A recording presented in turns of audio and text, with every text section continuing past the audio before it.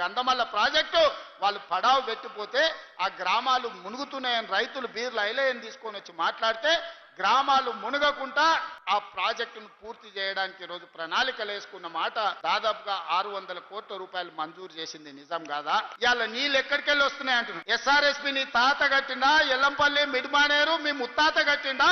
మా కాంగ్రెస్ పార్టీ పండిత్ జవహర్లాల్ నెహ్రూ మొదలుపెట్టిన ఎస్ఆర్ఎస్పి శ్రీపాద ఎల్లంపల్లి మిడిమానేరు ప్రాజెక్టులు మేము కట్టినాం.